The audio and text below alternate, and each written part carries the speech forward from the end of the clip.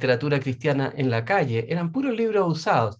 Y el rostro primero para mí fue familiar porque conozco la imagen de esta señora que se llama Corrie ten Boom, que es una señora holandesa, que ella se hizo, bueno, es hasta ahora muy famosa porque ha recorrido y recorrió, porque ella ya falleció, el mundo predicando el Evangelio y fundamentalmente a través de su testimonio de haber estado en los campos de concentración nazis para la Segunda Guerra Mundial.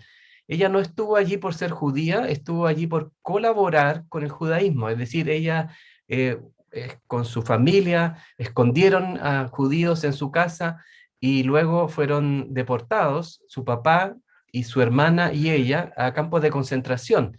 Su padre falleció por motivos de salud en uno de esos campos, igualmente su hermana, solo ella sobrevivió. Es una historia tremenda y bueno, no es el libro más famoso de ella, no es este, el libro más famoso de ella se llama El Refugio Secreto, pero este cuenta un poco su experiencia a lo largo de sus viajes. Entonces, como una bitácora de sus viajes predicando el Evangelio, y ha sido para mí un buen amigo durante estas 2 semanas. Ya está despidiéndose, pero ha sido de tremenda bendición.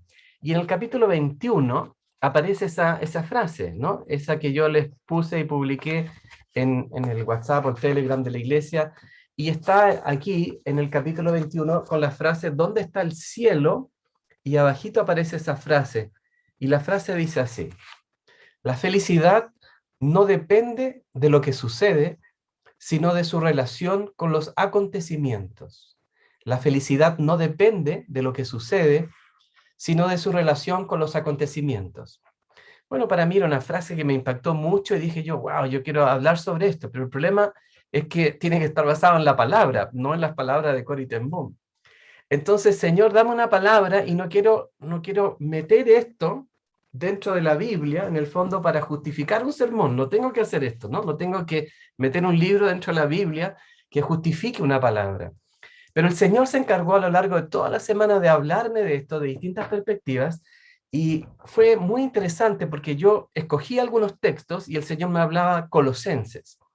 Y después yo ya leía Colosenses, pero lindo Colosenses, y buscaba otro texto que me gustaba más, y en la mañana siguiente el Señor me volvía a hablar Colosenses. Y entonces ha sido toda una lucha de reconocer que Dios quería que yo compartiera con ustedes una palabra sobre el libro de Colosenses.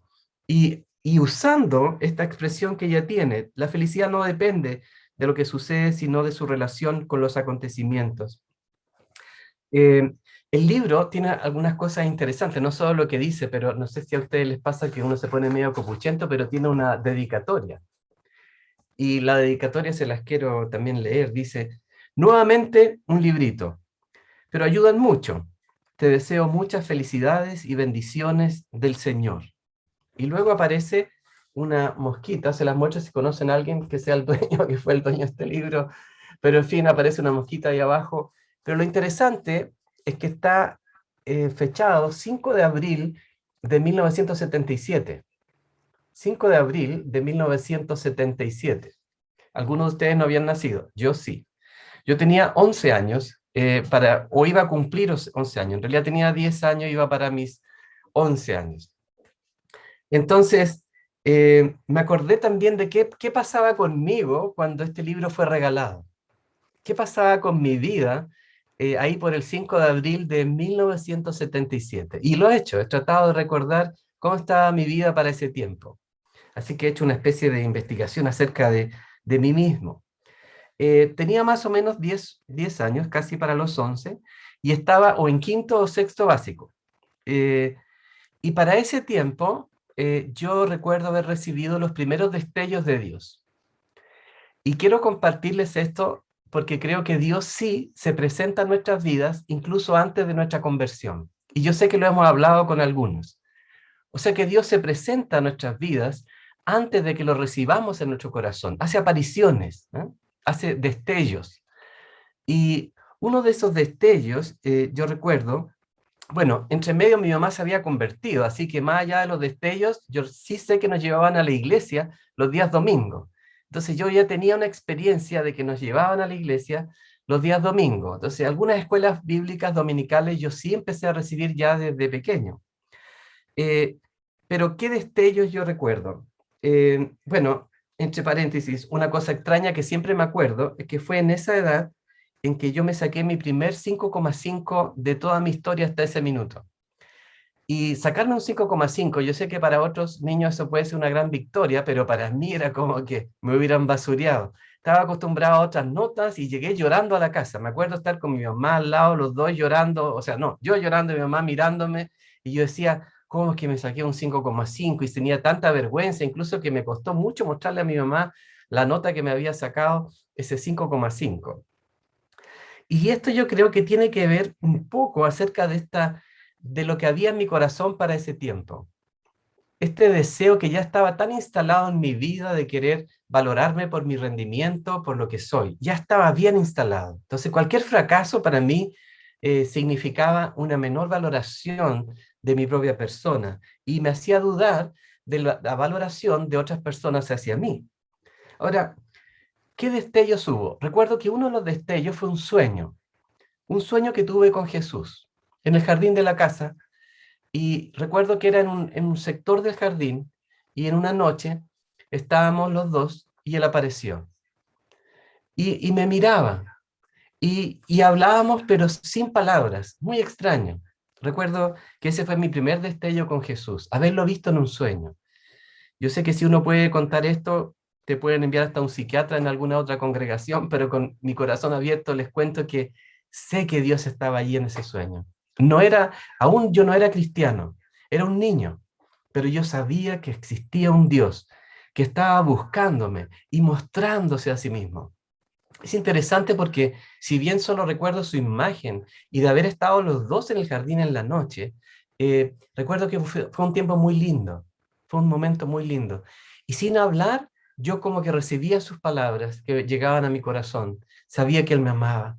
Era extraño, lo guardé en mi corazón, uno de esos destellos. El segundo destello que recuerdo con nitidez, puede que haya habido otros, fue un libro que me prestó un amigo, un vecino, un libro católico de historias bíblicas. Eso yo recuerdo, era un libro grueso con unos dibujos así como hecho ¿cómo le llaman? Lápiz de carbón o algo así, y, y me impresionaban las imágenes del Antiguo Testamento sobre todo. Pero recuerdo que al leer ese libro, yo tenía un destello nuevamente de Dios sobre mi vida.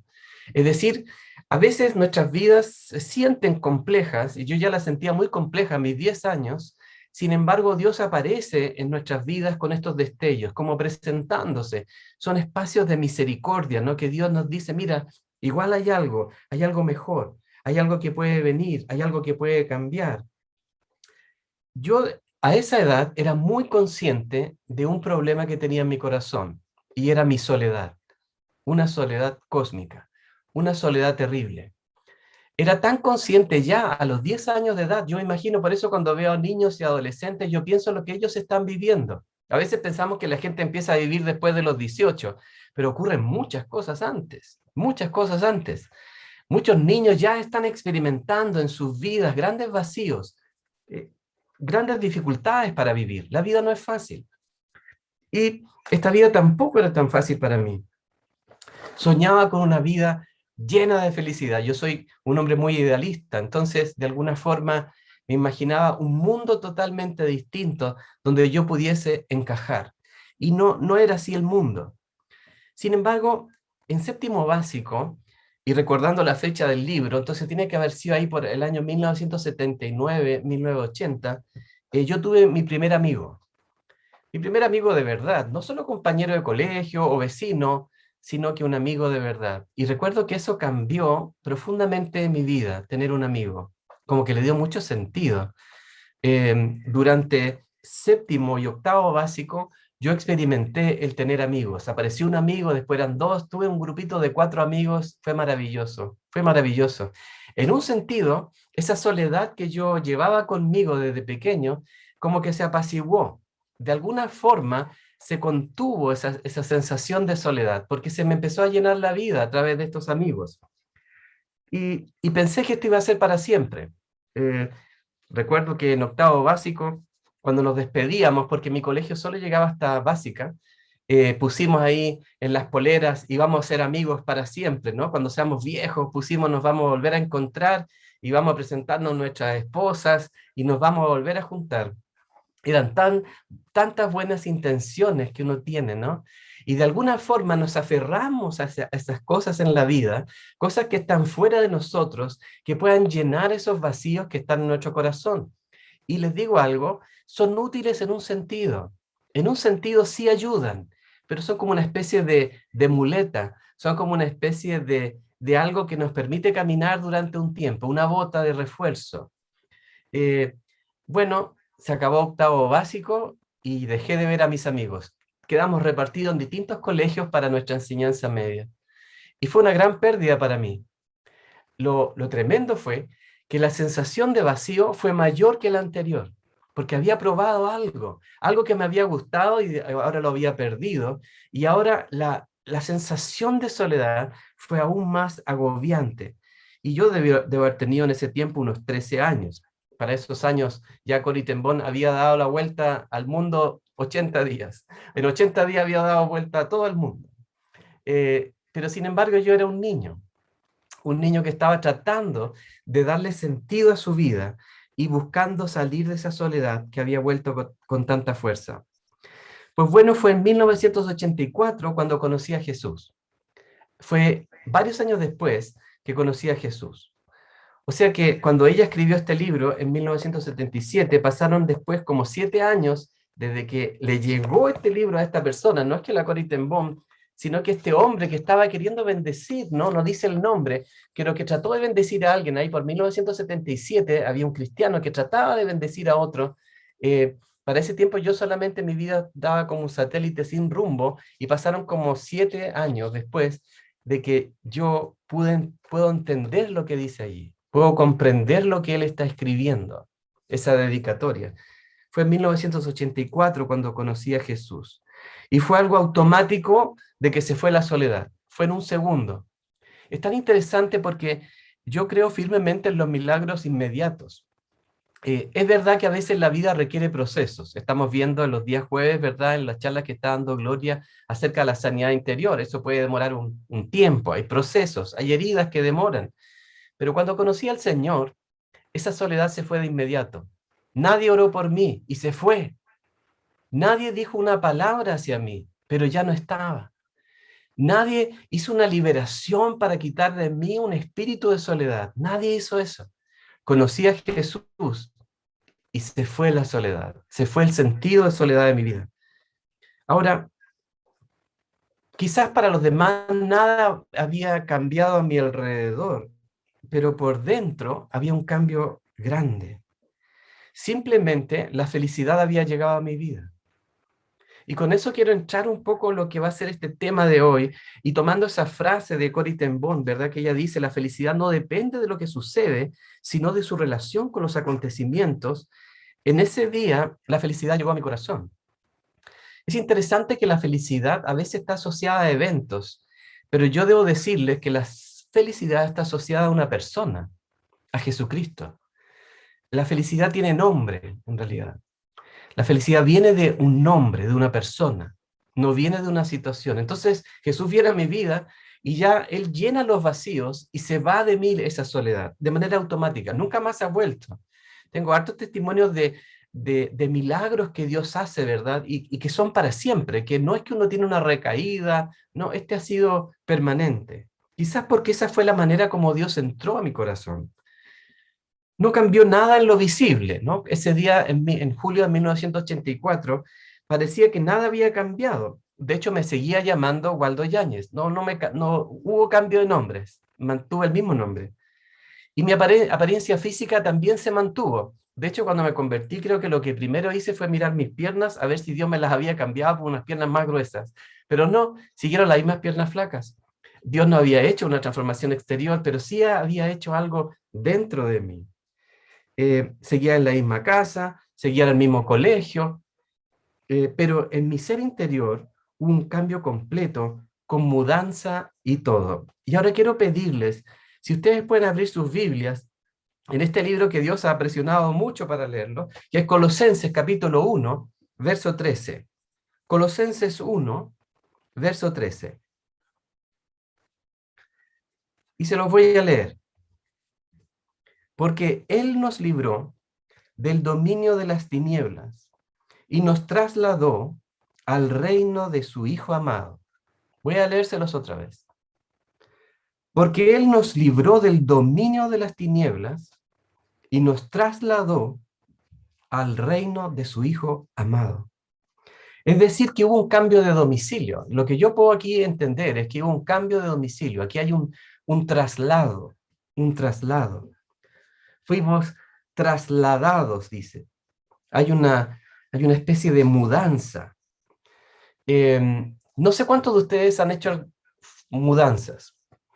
Conozco yo personas que se han mudado muchas veces. Mi hermana, por ejemplo, Bárbara, creo que tiene como 30 mudanzas. Es increíble. Yo, bueno, quizás ustedes tienen un récord superior al de ella. También sé de mi cuñado, el hermano de Annie Jan, él tiene, no sé, de tener 40 mudanzas. Además trabaja su negocio de hacer mudanzas. Aparte de pastor, tiene un negocio de mudanzas. Pero él ha tenido muchas mudanzas. Yo pensaba, ¿cuántas mudanzas he tenido en mi vida? Ustedes pueden comparar. Bueno, yo viví en una casa desde mis 3 años, o sea, tengo una primera casa, después de los 3 años hasta mis 30 años, viví en la misma casa. O sea, nunca hubo cambio de casa. Ya con 30 años mis padres me querían echar solamente que yo me fuera, me casé y me fui. No sé, muchos jóvenes chilenos hacen eso. Si yo cuento esto en Holanda, van a pensar que yo soy un enfermo mental, digamos, porque eso ellos jamás lo harían, pero en mi realidad, a mis 30 años, salí de esa casa. Luego nos fuimos a una casa rodante. Con la NIMIC vivimos en una casa rodante los primeros meses de casados en Bolivia. Y teníamos una casa en medio de la selva, pero era una casa rodante. Pero duró solamente unos meses. Y luego nos mudamos a una casa, y se las voy a mostrar porque ha sido lindo para mí recordar algunas cosas. Mi primera casa, en el fondo de casado, no sé si se ve claramente, pero esa era la casa en la cual nosotros vivíamos, nuestra primera casa. Esta duró algún tiempo, como 1 año y medio, 2 años, y la enemigo me va a corregir, pero fue nuestra primera casa. Esta casa sí pertenecía al proyecto del Hogar Casa de Esperanza, así que estábamos como de llegados, y después se hizo una nueva casa que tuvimos allí muy cerca de allí. Aquí tengo otra foto de nosotros en el living. A mí me gusta mostrar fotos. Aquí vamos. Ahí estamos nosotros, casi igualitos, y estamos en esa primera casa. Y tengo aquí una imagen de mudanzas. Así era nuestra vida en los primeros años. Nosotros vivíamos muy así, porque nos trasladábamos en maletas, y las maletas eran casi un poco como la casa, pero teníamos una casa en Bolivia. Y vivimos en esa nueva casa, yo creo que unos 5 años, en la casa nosotros la pudimos diseñar, fue una experiencia muy linda y tenía una vista muy bonita. Después vivimos como 9 años en la casa de Cerro Castillo, y acá llevamos como 8 años en esta casa. No tenemos más mudanzas, no tenemos más mudanzas. Pero la mudanza que hicimos para movernos a esta casa ha sido la más tremenda cosa. Tuvimos que contratar un camión gigantesco. Me acuerdo que muchos amigos nos ayudaron. Era un camión gigante donde meter, no sé, cuando eres misionero, no juntas muchas cosas porque son las maletas nomás tu casa. Pero cuando eres pastor te vuelves más acumulador, yo creo. Como que empiezas a juntar más cosas, y teníamos más niños, ¿verdad? Y no era una bicicleta, eran 4 bicicletas, y eran 4, y eran todo muchas veces multiplicados. Y llegamos a este condominio, me acuerdo, con un camión gigantesco. Yo no sé cómo lo permitieron entrar, la verdad. Yo nunca he visto un camión de ese tamaño, apenas pudo caer para entrar. Y recuerdo que vinieron algunos amigos a bajar nuestras cosas. Fue todo un evento. ¿Han tenido traslados? Quizá algunos de ustedes conocen mucho mejor, y sé que algunos de ustedes conocen mucho mejor que nosotros acerca de los traslados. Ahora, cuando la Biblia dice que fuimos trasladados desde el infierno al cielo. Ese es un cambio muy grande. Ese es un cambio gigantesco. Ese es un cambio mucho más grande que la entrada de ese camión a la entrada del condominio. Es mucho más grande que ver una acumulación de cosas, ¿verdad? Que van contigo, ¿verdad? De un lugar a otro. Este es un cambio gigantesco. Del infierno al cielo. Del infierno al cielo. Y es lo que la Biblia afirma que el Señor ha hecho con nosotros. Nos ha ocasionado un traslado. Y no es solo un traslado de barrio, es un traslado de reino. Fuimos trasladados desde un reino, desde el reino de las tinieblas, dice la Escritura, al reino del Hijo amado, al reino del Señor Jesucristo. Ese es un cambio gigantesco. Todas tus mudanzas en este mundo no se comparan con esa mudanza. Si sumáramos todas nuestras mudanzas de todos los que estamos aquí en esta tarde, si las juntáramos y recordáramos y supiéramos todo lo que ha significado todos esos movimientos, no significan nada con esta mudanza. Esta es la mudanza más grande que puede experimentar un ser humano. Pasas desde la muerte a la vida, desde el infierno hacia el cielo. Es una mudanza gigantesca. Y este cambio, esta mudanza, pongan atención, es para siempre. Es para siempre. Qué tremendo, hermano. Ya no hay más cambio en esto. No vamos a tener que ir hacia otra casa, porque puede que nosotros nos vayamos después de esta casa. Uno se vuelve viejo, ¿verdad? Y te resultan las cosas distintas. Eso ya no te aferra a esas cosas, necesitas algo más práctico y te vas moviendo. Pero esta mudanza de la cual les estoy hablando en esta tarde, que aparece ahí mencionada en Colosenses, es una mudanza para siempre. Para siempre. De hecho, Jesús dijo que fue a prepararnos un lugar, ¿no? ¿Recuerdan ese pasaje en Juan 14 que Él dice que va a prepararnos un lugar para nosotros y en ese lugar viviremos para siempre? Pues bien, ahí está mi casa. Pero yo ya fui trasladado de reino. Ya operó una mudanza de reino. En el reino todo cambia, partiendo por el rey. Ya no tenemos el antiguo rey, ese malvado rey que roba, que mata, que destruye, que anula, que empobrece, que entristece, que deprime, que ata, que parece que llenara, pero en realidad nos deja vacíos, que nos deja sin propósito, donde hay mucha lágrima, donde hay mucho dolor, donde hay mucha soledad, donde hay muchos niños de 10 años, ¿verdad?, que sufren de gran soledad en sus vidas y de muchas otras cosas. Piensen en sus propias vidas, de dónde han sido trasladados de parte del Señor para estar en su reino. Entonces hemos sido cambiados de rey. Ya no es Satanás. Pero saben, tampoco soy yo el rey. No soy yo el rey. Yo no soy el que gobierna mi vida. No es Satanás ciertamente, pero la buena noticia es que tampoco soy yo. Yo no soy el que gobierna mi vida. Y tampoco son los demás los que gobiernan mi vida. Es el Señor Jesucristo. Él es el Rey de mi vida. Él es el que viene ahora a tomar la dirección de mi vida. Es un cambio gigantesco, es un cambio enorme. Porque antes yo le obedecía a Satanás por miedo. Incluso a veces pensaba que yo era el rey de mi vida. O pensaba que los demás eran el rey de mi vida, que me gobernaban. Pero ahora tengo un rey justo, benévolo, amoroso, un rey de misericordia, un rey de bondad, un rey de justicia, un rey de paz, un rey glorioso. Cambiamos de rey y cambian las leyes también en este reino. Ya no son las antiguas leyes, son nuevas leyes. El amor llega a ser una nueva ley para mí y para todos aquellos que reciben a Jesús en su corazón. Hay otro cambio muy importante en la mudanza. No solo somos cambiados de barrio, sino que nos cambian a la gente. Y en este barrio al cual llegamos ahora, existe lo que se llama la iglesia, que es una de las cosas más gloriosas que hay, la iglesia. Yo sé que la iglesia está llena de defectos y podemos pensar en muchas iglesias y malas experiencias con la iglesia y podemos quejarnos de muchas cosas, pero no hay lugar que se parezca más al cielo que la iglesia. La iglesia es el lugar donde están los hijos de Dios, donde nos amamos de verdad, donde existe esa comunión que hoy día trataron de explicarnos, ¿no? De la iglesia Costa de Montemarca, esa iglesia, ¿verdad? Trataban de explicarnos lo que significa estar reunidos en torno a la palabra. Quisiéramos que esos momentos se prolongaran. Yo tengo muchas fotos en mi mente de momentos tan gloriosos en las casas e iglesias, ¿no?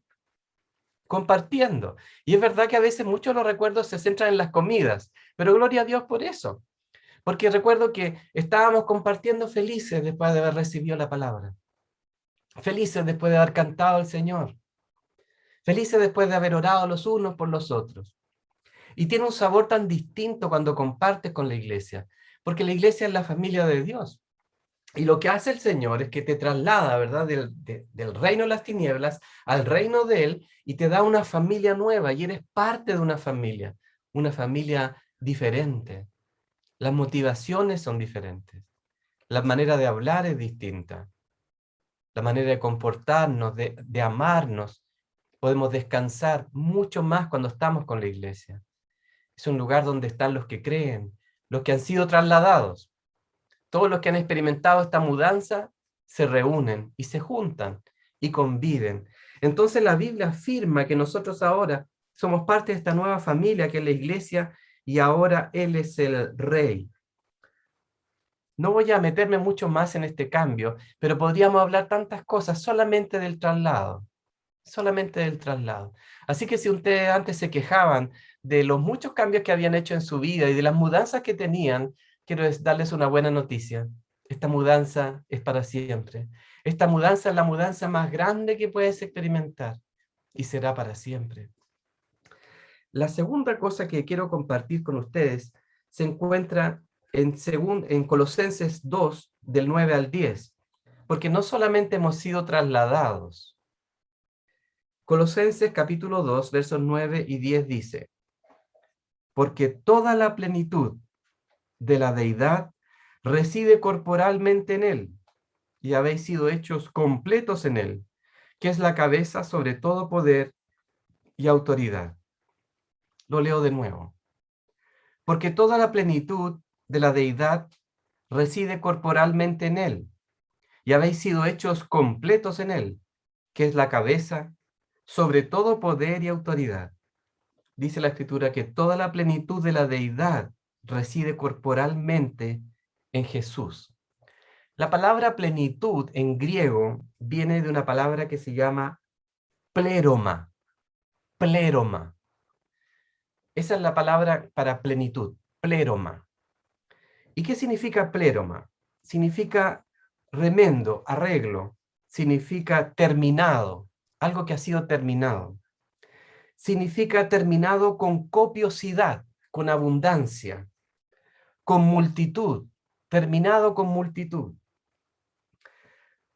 Otras maneras de aplicarlo para el texto bíblico, la palabra pléroma es abundancia, es cumplimiento, es lleno, terminado, restaurado. Eso significa plenitud, plenitud, restaurado, terminado. Ahora, todo eso, toda esa plenitud existió y operó en la vida de Jesucristo y interesantemente la Biblia agrega corporalmente en Cristo. O sea que existía en Jesús cuando Él se hizo hombre. Toda esa plenitud que estaba en Dios operó físicamente, corporalmente en la vida de Cristo. ¿Cómo puede ser que todo eso grandioso, verdad, llegó a residir en la persona de Cristo? Pero lo más grandioso viene ahora.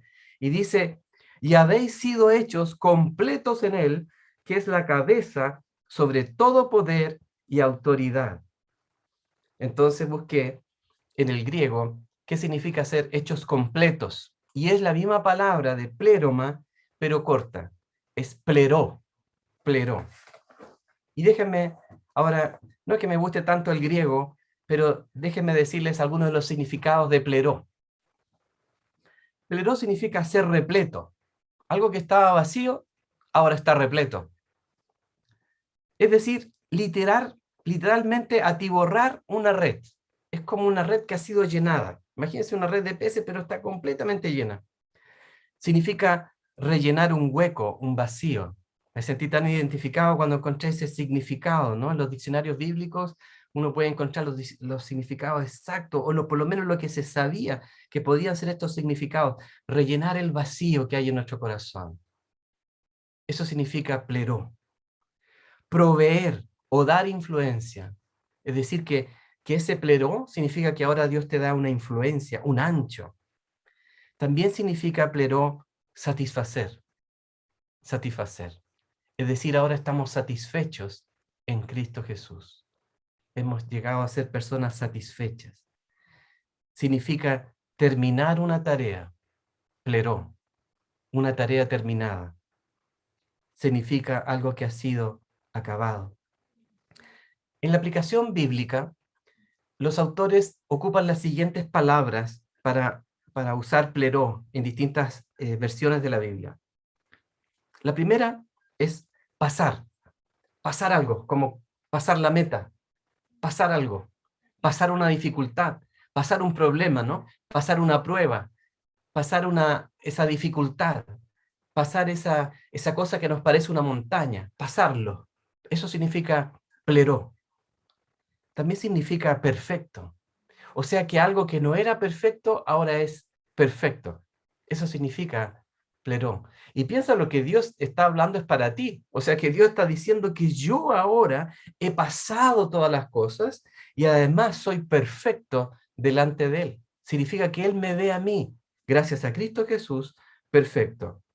Otra palabra que se ocupa es relleno. Es verdad que a alguno no le gustará esta porque dirá que se ve más rellenito, pero en realidad era algo que estaba vacío y ahora está totalmente lleno, ¿no? Ya no hay espacio para la soledad. Yo creo que eso ocurrió, pleró. Cuando conocí a Cristo, pleró en mí. Me sacó automáticamente la soledad. No había espacio para la soledad en mi vida. Sencillamente Jesús llegó y salió volando esa soledad porque Jesús lo llenó todo. Significa terminar algo. Pleró es terminar algo. Terminar algo.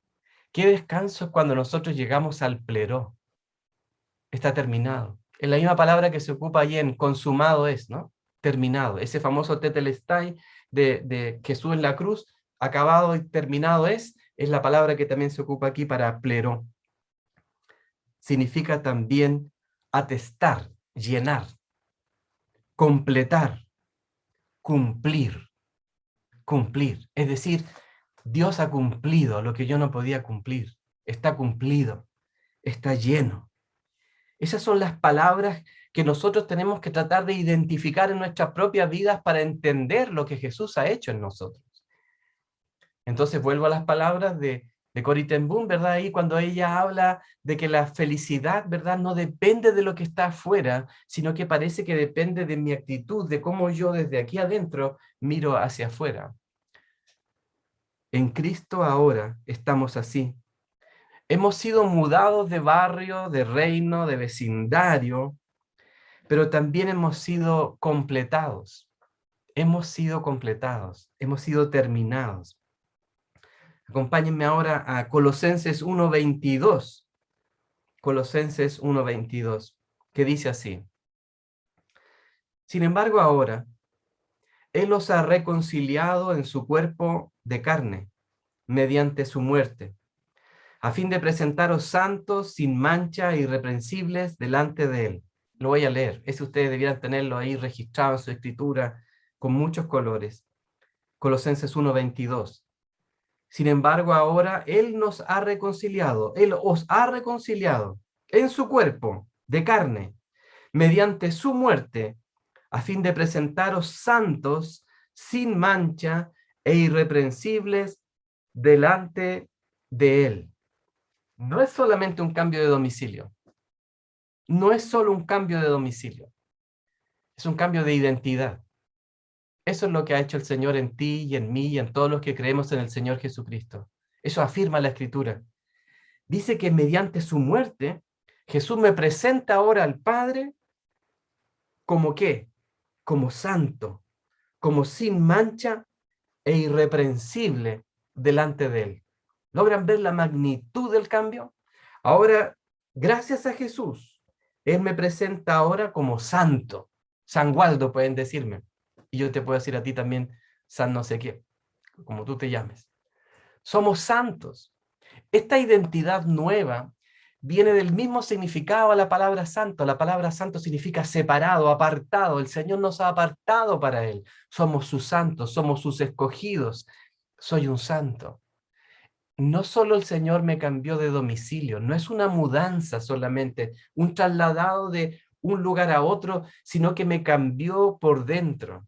Para llevarme a ese nuevo barrio, para llevarme al nuevo reino, era necesario que yo cambiara primero por dentro. Y como era imposible para mí hacer ese cambio, Jesús lo hace, muere por mí, paga por mis pecados, me da esa vida nueva, me hace pleró, me hace totalmente completo en Él, y de esa forma yo puedo ser trasladado a este nuevo reino, ahora yo puedo ser parte de este nuevo reino.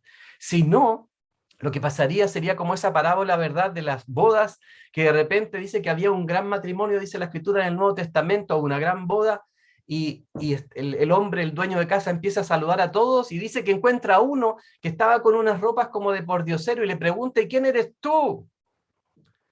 ¿Quién eres tú?, le dice. Ese no estaba listo para la fiesta. Era un colado, era un paracaidista. No sé si alguna vez a ustedes les ha tocado de que han estado en alguna fiesta y alguien les preguntó: ya, ¿y quién eres tú?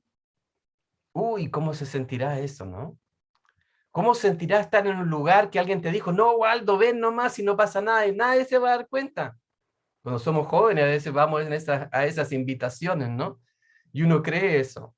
Y a veces no pasa nada, pero a Dios no se le escapa absolutamente nada. A Dios no se le escapa nada. De hecho, dice la Biblia que Dios no puede ser burlado.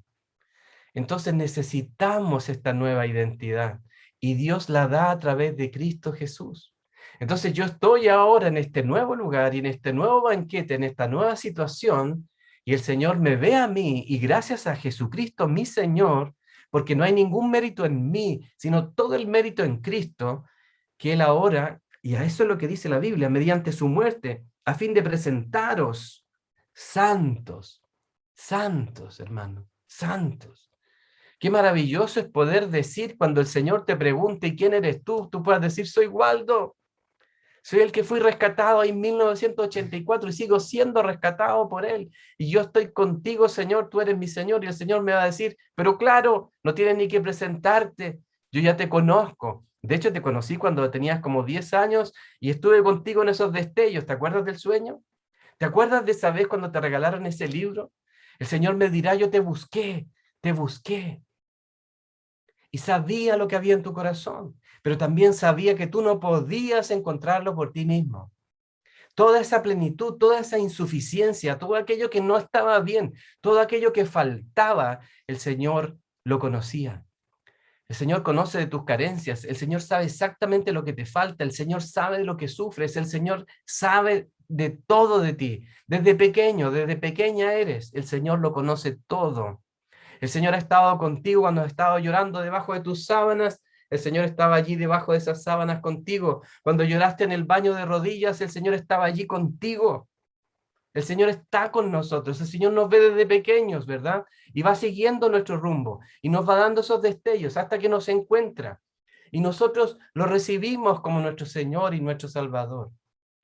Pero no es suficiente eso, hermanos. No es suficiente que ese destello llegue a mostrarse a tu vida, sino que lo que Dios quiere hacer es una fiesta total y completa. Entonces Él te quiere trasladar de barrio, pero antes de trasladarte de barrio quiere darte una nueva identidad, porque si no tienes esa nueva identidad, no vas a calzar en ese nuevo barrio. No vas a poder ser parte de ese nuevo barrio.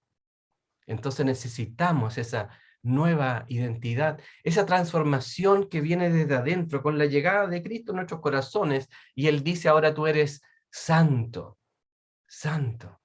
Sé que nos incomoda la palabra, incluso solo pensar que yo pueda hacerlo, pero la Biblia afirma que aquellos que creemos en el Señor Jesucristo somos santos. Y luego dice: sin mancha, sin mancha.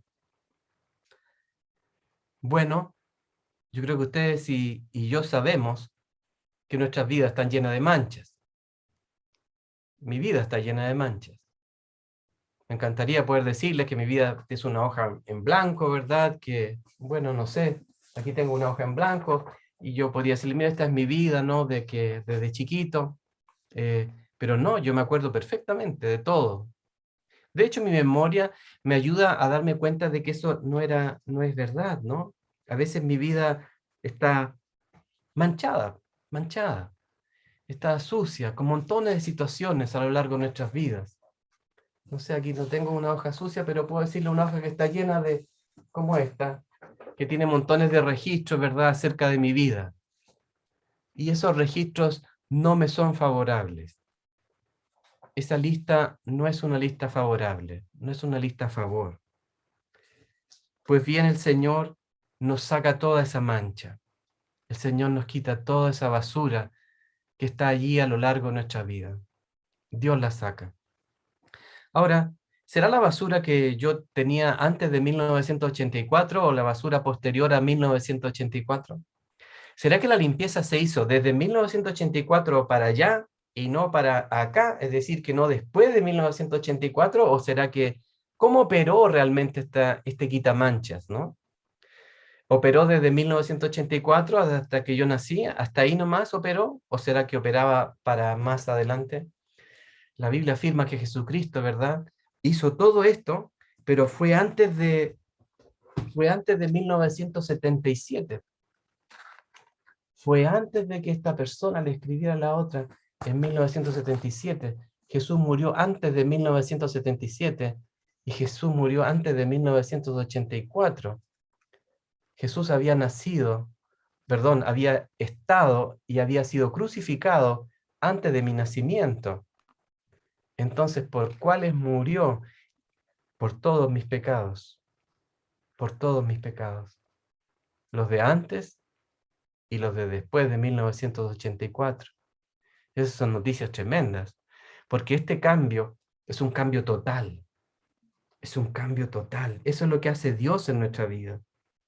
Y nos hace irreprensibles, irreprensibles. O sea, nadie te puede dar ningún reproche, nadie puede decir ninguna cosa acerca de ti. En los requisitos para ser pastor que aparecen en Timoteo y Tito, dice que el hombre debe ser irreprensible, dice la Escritura. ¡Wow! Y digo yo, ¿y qué hago yo aquí entonces? ¿Y cómo lo hago entonces yo, digamos? Porque no tengo esa característica, pero ojo, porque el Señor me hace irreprensible.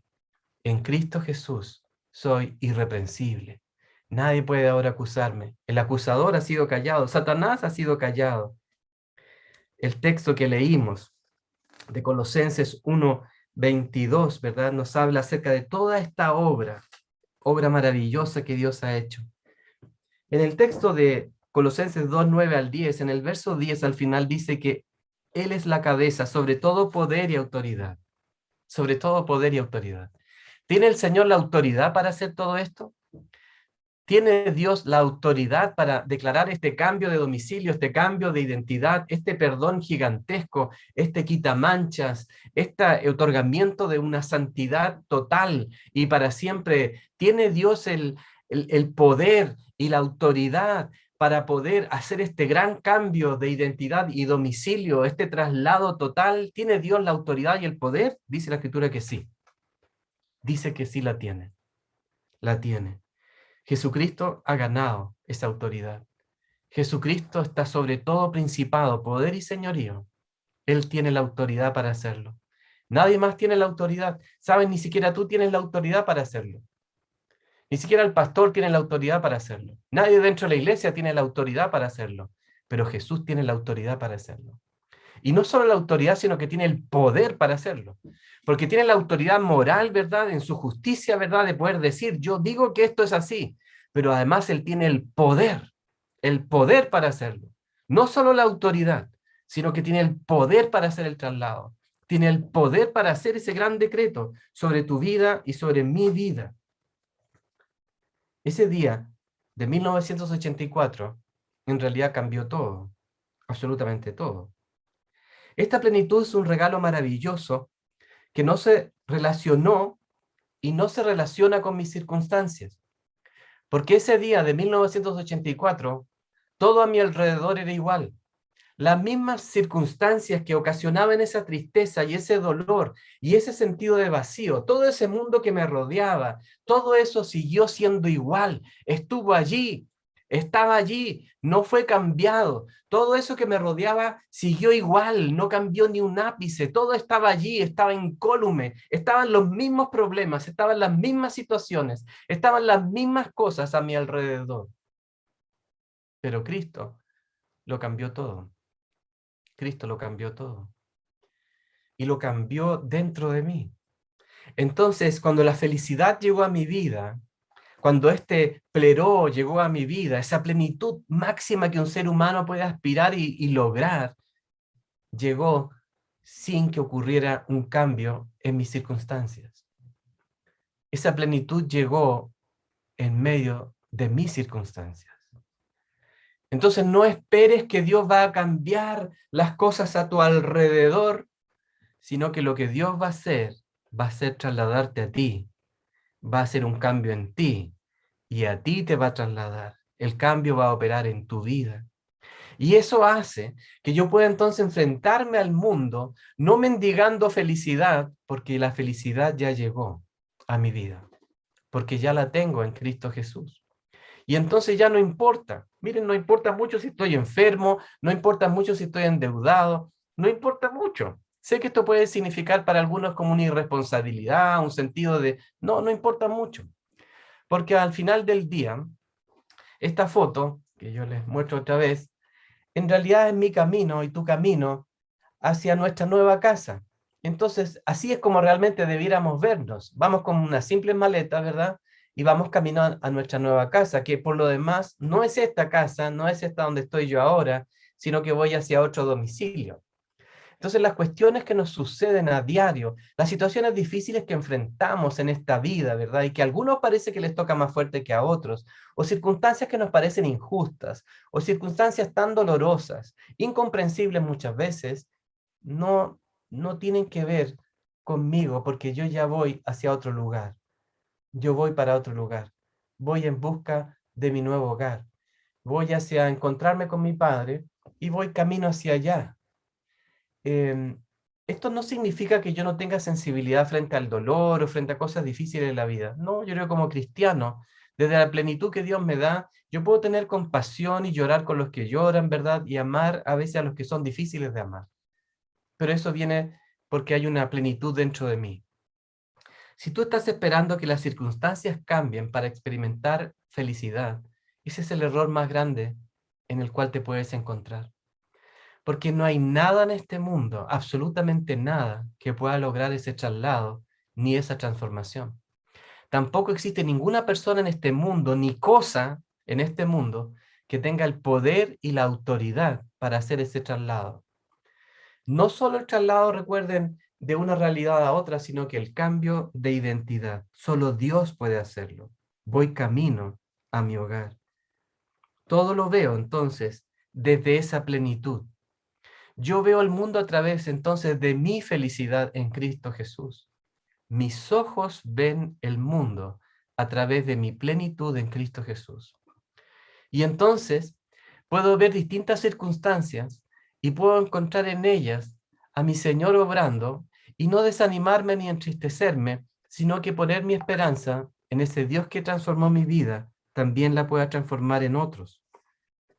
Y no aspiro a un cambio de las realidades externas, porque lo que yo ya tengo es suficiente. Tengo la plenitud en Cristo Jesús. Puedo ser pleno en las situaciones más adversas y difíciles, porque esto que tengo no tiene nada que ver con lo que sucede a mi alrededor. Lo que yo tengo no tiene nada que ver con lo que pasa alrededor mío, porque es algo que está dentro de mí. La felicidad, dice Corrie ten Boom, no depende de lo que sucede, sino de mi relación con los acontecimientos. Cómo yo me relaciono con los acontecimientos, cómo me relaciono con mi enfermedad, cómo me relaciono con mi dolor, cómo me relaciono con mi quiebre matrimonial, cómo me relaciono con el abandono de mis hijos, cómo me relaciono con los problemas que tengo con mis hermanos, cómo me relaciono con los problemas que tengo con mis padres, cómo me relaciono con los problemas que tengo en mi trabajo, cómo me relaciono con los problemas económicos, cómo me relaciono con los problemas emocionales, cómo me relaciono con todo lo que sucede a mi alrededor. Ese cómo, en la respuesta está con Cristo Jesús, que está en mí. Esa es la cosa. Esa es la cuestión. La verdadera felicidad, entonces, no depende de lo que pasa afuera, sino que de lo que Jesús ya hizo en mí. Ahora, ¿por qué a veces nos sentimos que no estamos plenos, no? Y ese sea tema para una próxima predicación. Pero pienso que, de alguna forma, porque somos engañados por el diablo, pensando de que no hemos sido trasladados y que tampoco hemos sido cambiados. Que en realidad todavía como que santo y sin mancha y todas esas cosas tan bonitas, ¿verdad? Que suenan, ese pleró, debe ser para otro tipo de personas, personas mejores que yo, o que tienen mejores características que yo. Pero saben, la Biblia dice de que esto tampoco tiene que ver contigo. El pleró, la plenitud, viene de Cristo Jesús. Es por lo que Él hace, es por lo que Él hizo en la cruz.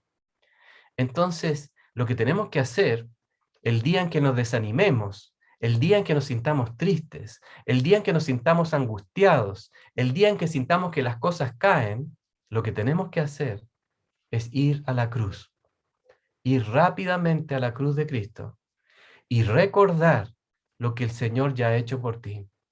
Tenemos que ir ahí y escuchar sus palabras, porque ahora el Señor no solo para los que somos hijos de Él, no es solo un destello, no es solo un destello, es el pleró, es la plenitud de Dios que habita en mí. No es solo un destello, no es una luz, no es solo un momento, no es ni siquiera un avivamiento, es Cristo Jesús que habita en mí, el pleró, la plenitud, la totalidad. Entonces yo quisiera animarlos, ¿y qué es lo que Dios ha hecho conmigo esta semana? De ir a la cruz de Cristo, de acercarnos y aceptar lo que el Señor dice sobre nosotros. Aceptarlo, aceptarlo, recibirlo. Decir, Señor, yo sé que no lo merezco, pero saben, es como la imagen del hijo pródigo, ¿no? Ya la embarré, gasté todo lo que tenía. Mira, vengo todo sucio, vengo con olor a chancho, ¿verdad? Y uno quiere todavía hablar todas esas cosas, pero el Padre, dice la Escritura, ni lo tomó en cuenta. El Padre ni siquiera lo escuchó, ni siquiera escuchó el texto que traía el Hijo ahí todo para declararle al Padre. El Padre lo único que hace es abrazarlo, amarlo y recibirlo y aceptarlo. La cuestión es que aceptas ese abrazo, porque a veces, saben, hermanos, una de las cosas más raras que nos sucede es que Dios nos acepta, pero nosotros no nos aceptamos. Y eso es orgullo. A mí me lo han dicho varias veces, ¿eh? Y eso es orgullo. No tiene otra palabra. Y es porque pensamos que todavía mi justicia es mayor que la justicia de Dios. Y por eso a veces nos sentimos tan miserables y no operamos desde el pleró, desde la plenitud de Dios, sino que operamos desde la miseria, desde la mentalidad del pródigo, ¿verdad? Que está ahí comiendo con los chanchos. ¿Por qué no te dejas abrazar hoy? Y deja que el Señor te tome de la mano. Te va a cambiar de vestido, ¿ven? El cambio de identidad. Y luego te va a meter en un ambiente diferente, ya no más con los chanchos, sino en la casa del Padre y con una fiesta para ti, no para otro, para ti.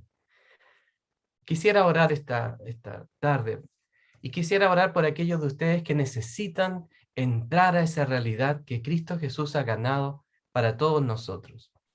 Y quisiera orar con nombre y apellido. Me gustan más esas oraciones, ¿no? Orar por aquellos de ustedes que necesitan eso hoy. Porque, ¿saben? Yo puedo comprender, porque soy cristiano de hace mucho tiempo, pero muchas veces no vivo desde mi plenitud en Cristo Jesús. Y me doy cuenta cada vez que es por esta trampa de querer aparecer otra vez con mi 5,5 delante de Dios, cuando en realidad Dios ya lo ve terminado, lo ve como un 7. ¿Cómo operó eso? Porque Él tiene la autoridad y el poder, punto. ¿Nos puede parecer injusto? Claro, claro que es injusto. Para la mirada del hombre es injusto, pero para la mirada de Dios es totalmente justo, porque Cristo Jesús se sacó ese 7 para ti. Cristo Jesús sí se sacó un 7. Él sí se sacó un 7. Y puede que a ti no te guste ese hecho, pero Él se sacó el 7 y ahora lo quiere traspasar a mi vida. Y puede que tú digas, pero yo soy alumno de 5,5, o no sé, o de 6, o de la nota que quieras. Pero el hecho real es que Jesús lo ha hecho perfecto. Y yo acepto esa perfección, no porque yo sea bueno, al contrario, porque yo necesito esa plenitud, porque sé que carezco, necesito esa plenitud y necesito agarrarme de eso, porque Él me lo está ofreciendo. Gratuitamente en el sentido que yo no hago nada, pero significó la vida de mi Señor Jesucristo. Ok, sigo predicando, ¿no? ¿Cuándo terminará una de predicar? Por aquí vamos. Vamos a orar, pero sí quisiera orar con nombre y apellido. Si están ustedes un rato, ¿les parece que quizás conversemos con Dios cómo está cada uno? Y luego de ese rato, conversamos otra vez. Así que les pido que oren un momento donde estén ahí en sus casas, hablen con el Señor. ¿Sienten realmente que viven desde esa plenitud? ¿Están ustedes en ese lugar o están desde el lugar de la miseria? ¿O están del lugar de lo no completo, de lo no terminado? Pregúntale a Dios y pregúntale a tu propio corazón y a tu conciencia. Y luego de eso, vamos a orar por aquellos que necesitan hoy día ir hacia la cruz y recibir esa plenitud, porque la palabra lo dice, porque Dios lo dice, porque Jesucristo lo hizo, porque Él quiere que nosotros lo tomemos. Así que oremos individualmente y hagámonos este autoexamen, ¿no? Cada uno en su casa. Oremos un momento.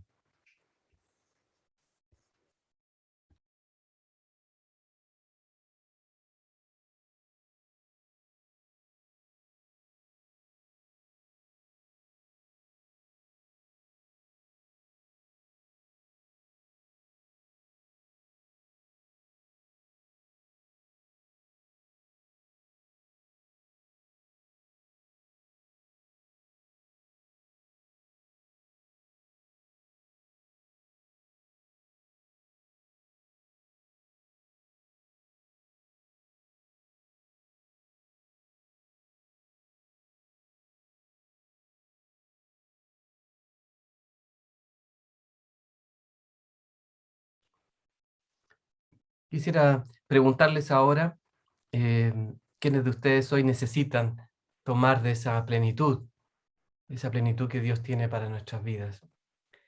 A veces las circunstancias nos roban esa sensación y no nos permiten vivir de acuerdo a lo que Dios quiere para nosotros. Bueno, voy a orar, voy a anotar aquí los nombres. Ahí veo la mano de Cristian levantada y para que no se me olvide. Y después voy a orar por eso después también en los días que vienen. Muy bien. Ok. Ya, la Pame. Miguel. Miguel, yo veo la mano de Miguel nomás. No sé. Ok, Miguel. Ya, me imagino que es la Claudia que está allá al otro lado. Claudia Segovia. Marcial, te veo a ti con la mano levantada. Los dos.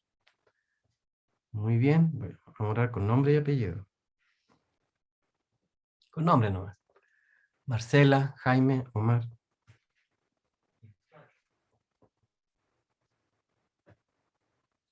En el chat dicen que hay. Ivonne, Juan Andrés. Muy bien. Yo sigo mirando por la hermana Mercedes. Por Mario. Ok, veo a Jaime que está ahí. Jaime, Omar, Marcela, Andrea. Ok, por Alex. Esto puede sonar un poco raro, pero no importa que nos demoremos, pero sí vamos a hacer esa oración completita. Eh, por Omar, ya. Sí, creo que los tengo a todos anotados. Ah, no, perdón, Fabiana. Sí, no se desanimen, mantengan la mano levantada si ven que no le he nombrado Perla. Ok. ¿Sí lo he mencionado a todos? ¿Se sienten tranquilos con eso? Em, muy bien. ¿Alguien no? Sandra. Sandra, ahí levantaste tu mano. Sandra, Giovanna.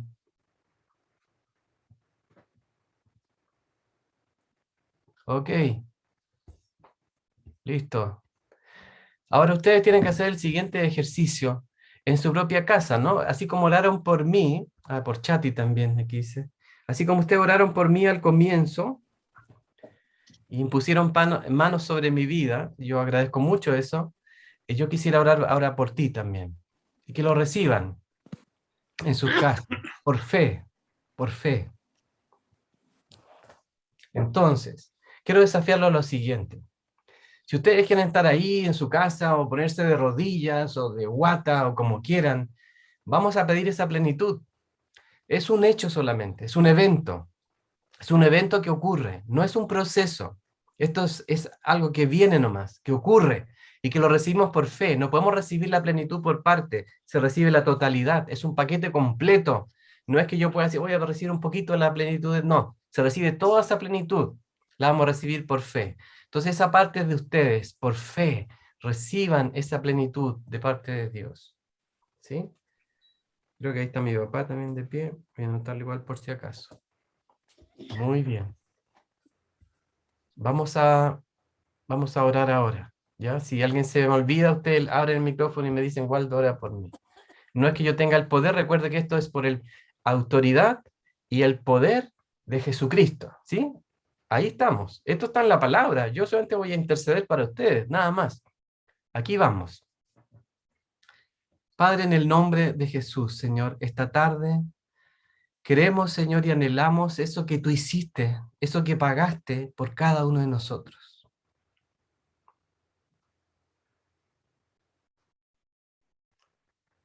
Quiero ser padre, ese hombre o esa mujer que recibe esa plenitud porque tiene a Cristo en el corazón.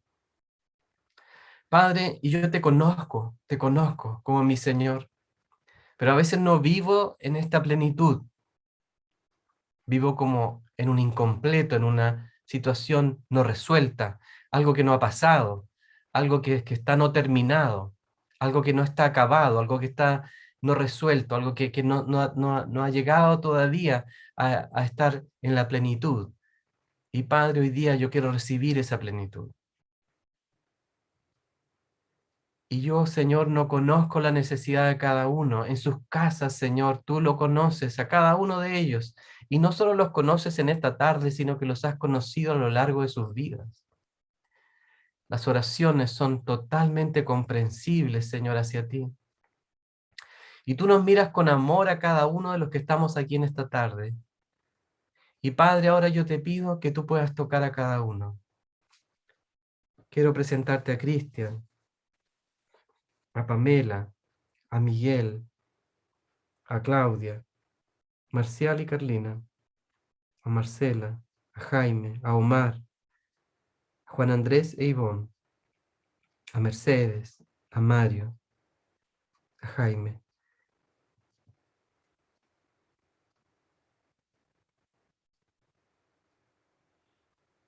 a Andrea, Señor, a Alex, a Fabiana, a Perla, a Sandra,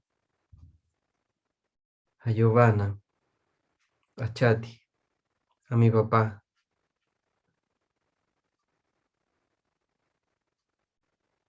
Ven Espíritu Santo, Señor.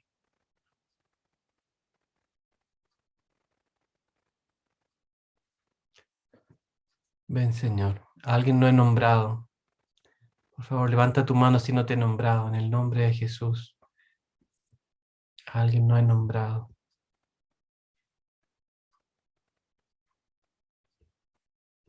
Ven, Señor. Ven, Padre Santo, en el nombre de Jesús ahora, Señor, y derrama de tu plenitud en este momento, Señor, como un solo evento.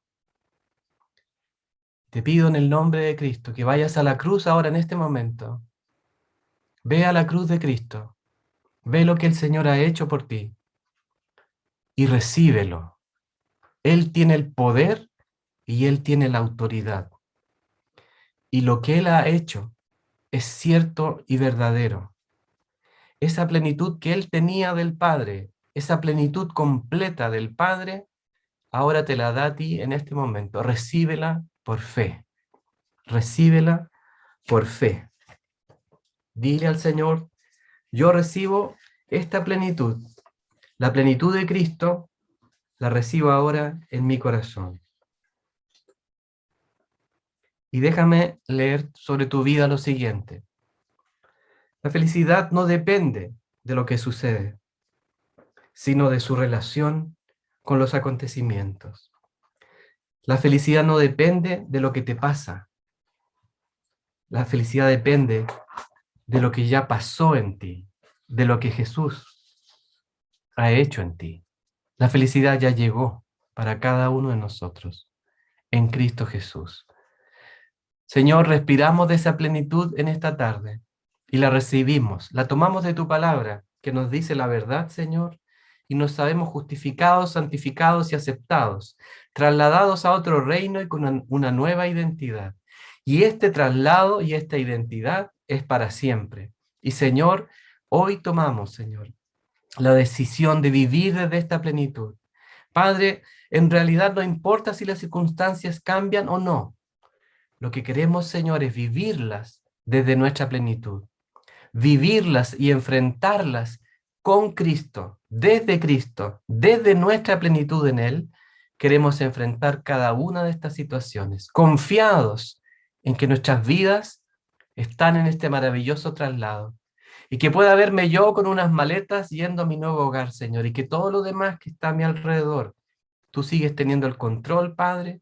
Ayúdame a ser útil a tu plan, pero Padre, que ya no haya más ansiedad, ni dolor, ni tristeza, sino, Padre, yo pueda vivir desde esta plenitud en Cristo Jesús, para cantar desde la cárcel, para poder ayudar a los demás desde la enfermedad, para poder ser un instrumento en tus manos en medio de mi dolor.